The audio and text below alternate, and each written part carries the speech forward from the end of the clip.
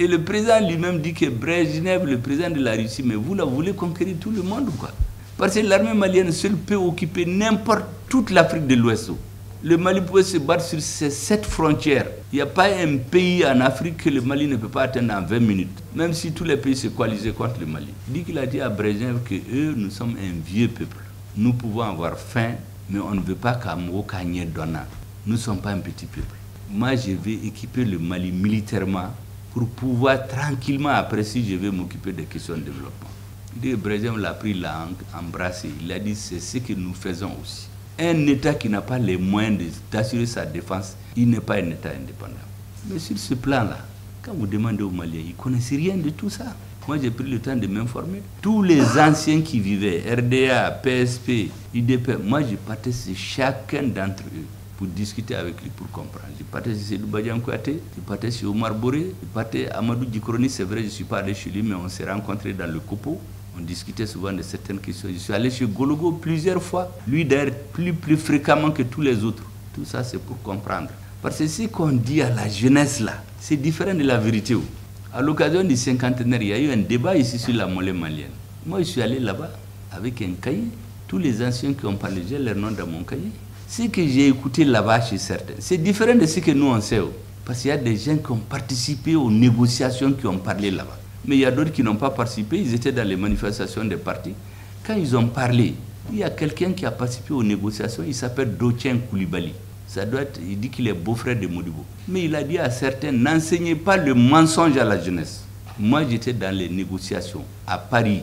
Quand on a quitté Paris, on est venu de l'aéroport, on est allé à Koulouba. On a remis les documents à Modibo. De là-bas, on nous a dit d'aller dormir. Quand on est revenu le matin, on nous a donné les documents. Et on est allé à l'aéroport. De là-bas, on est allé directement à Paris. Donc ce qui s'est passé et ce que vous dites là, c'est différent. Vous êtes en train d'arrêter d'enseigner le mensonge à la jeunesse. La jeunesse malienne a droit à la vérité.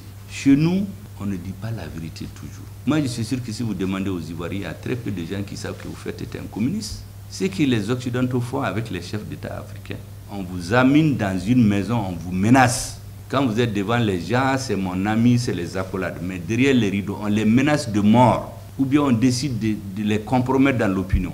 Parce qu'ils connaissent tout sur eux. Il y en a qui ont cédé comme ça. La création du RDA, beaucoup ne savent même pas comment ça s'est passé. Ils connaissent que les aspects propagandistes.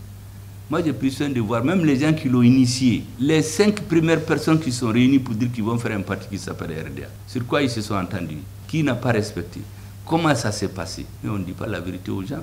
C'est pour cela que d'ailleurs, moi je suis en train de faire un livre de plusieurs tomes d'ailleurs sur l'histoire politique du Mali de 1946 à maintenant. De 1946 à 60, de 60 à 68, de 68 à 78, 78, 91, de 91 à 92, de 92 à 2002, ainsi de suite, par chaque étape. Parce que les informations qu'il y a dans ces parties-là, c'est totalement différent souvent de ce qu'on nous dit.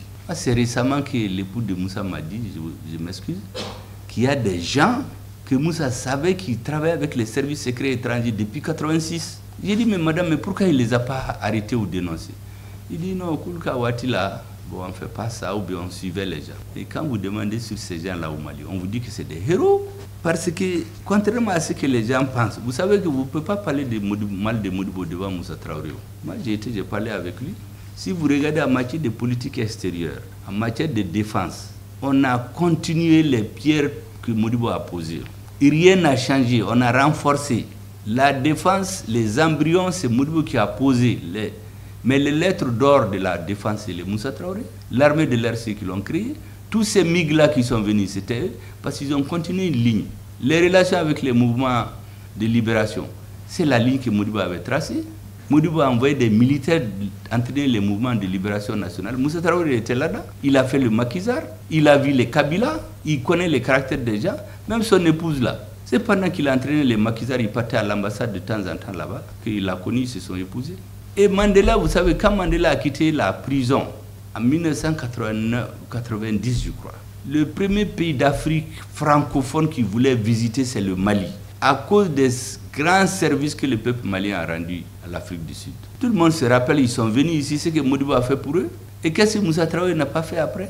Quand tu rentrais dans une ambassade malienne, tous les militants des mouvements de libération nationale, vous avez un passeport malien. Tout ce qui a été fait, beaucoup de chefs d'État d'Afrique centrale, ils sont devenus chefs d'État avec un passeport malien en poche. Quand on devait faire l'indépendance de l'Angola, entre l'UNITA et les MPLA, je ne vais pas rentrer dans les détails, mais après ça, ce que le Mali a fait pour que les MPLA arrivent au pouvoir, même les Russes sont venus remercier Moussa Traoré.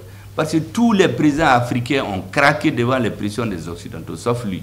Et après ça, les Russes ont rendu la monnaie, ils nous ont donné des armes les plus sophistiquées. Donc, politique extérieure, politique de défense, le Mali n'a jamais changé jusqu'en 90. Mais quand vous demandez à la jeunesse, les gens ne connaissent pas. Les gens regardent seulement les pam-pam-pam là des politiques. Moi, je suis allé un jour, j'ai dit, président, mais pourquoi on dit que vous n'avez rien fait ici? Mais on vous a jugé au palais de la culture. C'est vous, c'est lui qui a mobilisé la Corée et les jeunes pour le faire. On vous a jugé deuxième fois au palais qu'on appelle palais des congrès. Maintenant, ça s'appelle le CICB. Quand vous allez au CICB, allez-y derrière le fleuve. Quand vous regardez là, c'est comme le lion, la forme. C'est lui qui a dessiné la forme du CICB. Le pont Fard là, c'est à la veille de son inauguration qu'il est tombé. Mais après, j'ai vu des politiques qui sont venus dire que c'est eux qui l'ont fait. Et à Gao, la route Sévaré-Gao, c'est maintenant que c'est détruit que les gens savent à quoi ça sert. Moi, j'étais à Gao. Dans le temps, on ne connaissait pas le sud du Mali. Le Mali, on appartenait au Mali qu'à travers l'école, l'administration. Sinon, la monnaie, les produits, tout venait du Niger et des autres pays. Ce qui coûtait 1000 francs à Bougouni, le sac de 1000 en ce moment, c'était 1000 francs. Quand les gens l'amenaient à Gao, on le vendait à 5000 francs. Parce que pour aller de Sévaré à Gao, les gens font 2 semaines, 3 semaines. Il y en a qui mouraient dans le désert. Mais quand on a fait la route Sévaré-Gao, Gao s'est tourné vers le Mali. C'est pourquoi à Gao, il y a des gens qui parlent le Bambara. Mais avant là, personne ne parle le Bambara. Gao était coupé du Mali. Nous, on a su qu'on est malien, parce qu'on est à l'école et quand on a eu le bac. Donc notre pays, il me dit, tu sais, Angawati là, Mogoti Yerefo. J'ai dit, ça c'est vous. En tout cas, nous, on a fini avec ça. Si ça n'imi Yerefo, Maverti fo. Bon, c'est ce que vous êtes en train de faire. Vous êtes à Aubeka à Yerefo. Non, moi, Yerefo, on va falsifier l'histoire. Quand tout va marcher là, il y a d'autres qui vont venir dire que c'est eux qui ont amené la Russie ici. Certains d'entre vous ne seront pas là ou ils ne seront pas au pouvoir. Mais si vous écrivez ça, les Daouda Tekete autres qui sont avec vous là, il faut leur dire d'écrire, qu'ils laissent des livres. Parce que les mensonges et les vérités d'aujourd'hui sont les vérités de demain. Vous savez, en Occident, là, tous les grands politiques, là, la matière qu'ils étudient le plus, c'est l'histoire. Si vous ne connaissez pas l'histoire, là, Karl Marx a dit que vous allez être amené à répéter. Comment la Russie est venue au Mali, il faut que vous l'écriviez. Ça, c'est un. La continuité de notre État dans ses relations avec la Russie. Ce n'est pas pour rien que les Sédou Badian, les Amadou Djikroni et autres, c'est les anciens militants du RDA. Il y a des gens qui ne se parlaient même pas à la veille de la chute de Modibo. Parce que le RDA, là, vous avez vu, beaucoup se sont mis ensemble. Ça ne pouvait pas se prendre. C'était des gens qui ne voulaient même pas se voir à la chute de Modibo. Bon, avec le malheur, vous savez, on dit la lutte unie, le pouvoir divise. Outara, Fragnonka, mais arrêtez, c'est pas les mêmes pas. Mais vous avez vu tout ça, c'est la nostalgie de ces périodes héroïques-là qui font qu'ils parlent bien de la Russie.